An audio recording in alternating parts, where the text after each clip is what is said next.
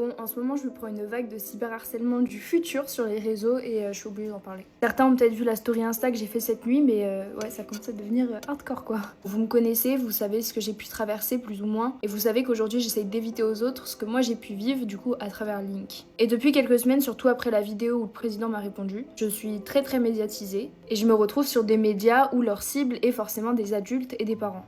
Et waouh, les commentaires, mais de malades. C'est déjà pas évident de parler santé mentale face à des gens qui sont un minimum sensibilisés au sujet, mais alors parler santé mentale face à des gens qui n'y croient même pas, je vous raconte même pas. Des gros darons qui sont là à m'insulter de sale juive, à me dire que je suis une sale sioniste ou je sais pas quoi parce que mon nom c'est Abitbol. Ceux qui se moquent, qui minimisent et qui remettent la faute sur moi pour le harcèlement ou les VIOL que j'ai pu vivre. Et juste tous ceux qui se foutent de ma gueule, genre pour le combat que je mène et pour tout ce qu'on fait avec Link. Je vous promets que la méchanceté gratuite sur les réseaux sociaux est devenue trop banalisée. Parce que oui, il y a une différence entre donner un avis constructif et donner un avis méchant qui a pour but d'éteindre la personne. Et ce qui me fait de la peine, c'est que tous ces parents, tous ces adultes là, mais ils sont tellement déconnectés de la réalité. Nous, on essaye de provoquer un déclic, un changement de mentalité, pour que les gens soient juste plus sensibilisés aux questions de santé mentale. Mais les gars, quand je lis les commentaires de ces adultes, je comprends qu'il y ait autant de jeunes qui aillent mal. Quand t'es un parent et que t'as autant de temps à perdre dans ta vie pour aller critiquer une meuf de 17 ans, qui en plus essaye de mener un combat pour le bien de la société,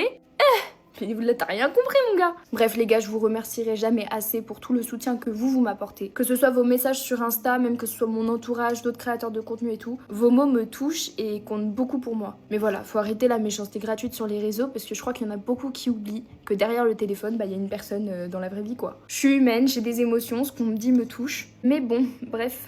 Je vous avoue que c'est pas évident pour moi, hein, tous les jours avec tout ça et tout, mais j'abandonnerai pas, on est sur la bonne voie et c'est ensemble qu'on fera la différence les gars, je vous promets. Je suis peut-être pas parfaite, j'ai peut-être pas toujours les meilleures idées, les meilleurs discours, mais je fais de mon mieux et c'est pas pour moi que je le fais, c'est pour vous. Bref, voilà. Gros bisous et je vous aime fort.